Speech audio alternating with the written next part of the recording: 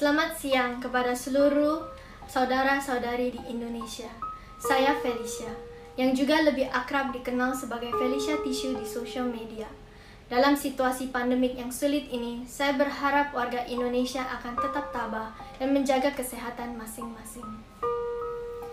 Ini pertama kalinya saya memberanikan diri untuk berbicara di publik, untuk meluruskan hal-hal yang selama ini menjadi simpang siur dengan tidak adanya kejelasan dan penyelesaian oleh pihak Bapak Jokowi dan keluarga.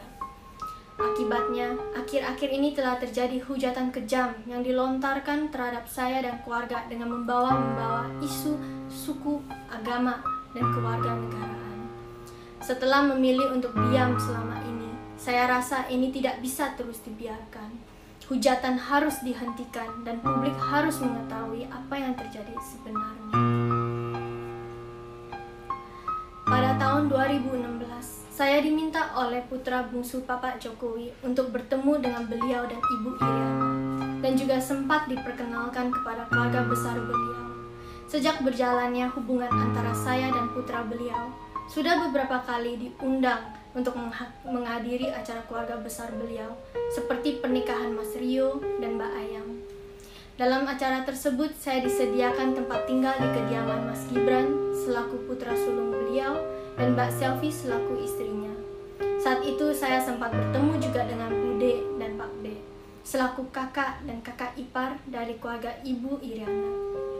Dengan pihak keluarga saya pun, putra beliau sudah meminta izin kepada orang tua dan nenek saya dan sering bertemu untuk menjalin hubungan yang baik. Dengan keakraban tersebut yang dijalin sedemikian waktu, tentunya kehilangan mendadak putra beliau dari kehidupan saya bukanlah hal sepele yang bisa dipertimbangkan dan diperlakukan seperti beberapa hal politik yang sering waktu diabaikan dengan cara mendiam. Tapi masalah saya ini harus diselesaikan secara kekeluargaan. No ifs and no buts. Pada akhir Desember 2021, putra beliau menelpon dan mengatakan secara langsung kepada saya keinginan untuk menikah dan sudah memberitahukannya kepada Bapak Jokowi. Putra beliau pun sudah meminta restu kepada orang tua saya. 2 minggu kemudian, putra beliau menghilang dan memblokir seluruh kontak selular. Walaupun saya sangat terpukul, saya mentegarkan diri dan mencari cara untuk mengetahui apa yang sebetulnya terjadi dengan mencoba untuk menghubungi putra beliau dengan berbagai cara dan juga kepada keluarga Bapak Jokowi. Tapi dengan sesatnya, tidak ada satupun yang merespon dan Ibu Riana pun mengganti kontak selularnya. Satu-satunya pembicaraan yaitu dengan Bude yang sempat kaget kepada perilaku putra beliau. Pada waktu itu, saya dianjurkan untuk tidak mengosongkan pikiran dan disampaikan bahwa Bude yang akan coba cari tahu dari keluarga beliau. Namun, setelah 2 hari kemudian, pada saatnya saya WhatsApp kepada Bude, dia pun tidak merespon balik. Alangkah anehnya. Dan yang lebih kejam lagi, putra beliau tetap aktif di sosial media Twitter, tetapi saya diabaikan begitu saja tanpa kabar dari semua pihak keluarga Bapak Jokowi. Namun, dengan demikian saya pun tetap berusaha untuk menulis surat tangan yang dikirim langsung dari Singapura ke Indonesia dengan tujuan kepada Bapak Joko Widodo. Isi surat tersebut meminta untuk hal ini diselesaikan secara kekeluargaan karena dampaknya akan sangat berat bagi saya apabila tidak ada penjelasan dan penyelesaian dari pihak beliau. Sebagai wanita sederhana, saya tidak ingin kehidupan pribadi saya menjadi konsumsi media, apalagi ditambahi oleh hujatan-hujatan yang seharusnya tidak terjadi. Namun, sayangnya surat itu pun tidak direspon.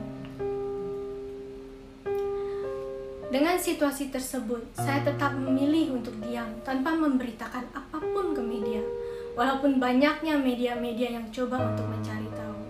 Saya tetap berharap ada etika yang baik dari pihak keluarga beliau untuk menyelesaikannya secara kekeluargaan. Tetapi di saat putra beliau menghilangkan semua foto-fotonya di halaman Instagramnya, berita mulai muncul. Nenek saya yang sudah berusia 84 tahun menelpon untuk bertanya. Namun saya hanya bisa menyampaikan, belum tahu Ama, tapi jangan khawatir ya. Karena saya mengkhawatirkan kesehatannya. Tetapi nenek saya tetap menempuh perjalanan ke Istana Bogor untuk mempertanyakan ada apa sebetulnya dengan putra beliau. Sayangnya, perjalanan itu sia-sia. Dinding istana begitu tebal dan tidak ada seorang pun yang menjawab pertanyaan nenek saya. Akhirnya, badai tidak bisa lagi terbendung. Pada tanggal 7 Maret 2021, 2 hari sebelum perayaan ulang tahun saya, saat media online mengungkapkan foto kebersamaan putra beliau dengan sosok wanita yang saya kenal sebagai karyawan perusahaannya. Mulai saat itu, foto-foto mesranya mulai beredar luas di media online, dipertontonkan kepada publik. Disitulah ibu saya merasakan dengan pedihnya bahwa anak putri satu-satunya telah dikhianati oleh putra beliau, dan perilaku kejitnya diperbolehkan oleh beliau sendiri dan keluarga. In all honesty, it was an immense blow for me and of course my parents who saw me in distress and confusion. They could not bear to see me treated with such unfairness. Dan makanya ibu saya yang pertama mengutarakannya melalui Instagram pribadinya. Niatnya bukan untuk memperkeruh, tetapi karena tidak ada jalan lain lagi. Satu-satunya adalah menyampaikan perasaan hati dalamnya bahwa putrinya telah diperlakukan secara tidak wajar. 5 tahun hubungan saya dengan putra beliau bukanlah waktu yang singkat. Saya sangat terpukul dan tidak bisa berkata apapun. Namun, saya beruntung karena ada ibu dan kakak saya yang mewakili saya, dan keluarga besar yang menguatkan saya.